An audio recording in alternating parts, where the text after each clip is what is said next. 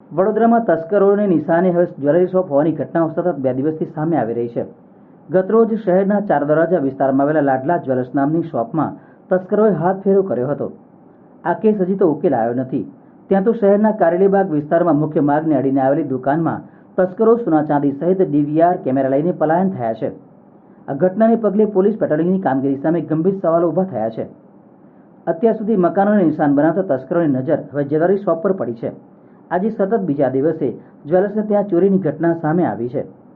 કારેલીબાગ વિસ્તારમાં મુખ્ય માર્ગને અડીને આવેલ શ્રીજી જ્વેલર્સ નામની શોપમાં તસ્કરોએ ભારે તરખાટ મચાવ્યો છે.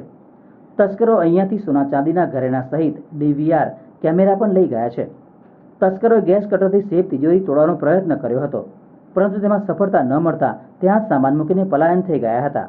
આનંદનગર સામે સવારે ફોન આવ્યો ભાઈનો કે તમારી દુકાનનું શટર થયું છે, તમે જોવા આવ્યા તો અહીંયા આગળ બધું ગેસ કટરથી ને બધાથી આખું શટર ને બધું અંદર બધું ડેમેજ કર્યું અને કાઉન્ટર પર ને જે બધું હતું સોનાનું ને ચાંદીનું બધું વસ્તુ લઈને જતા.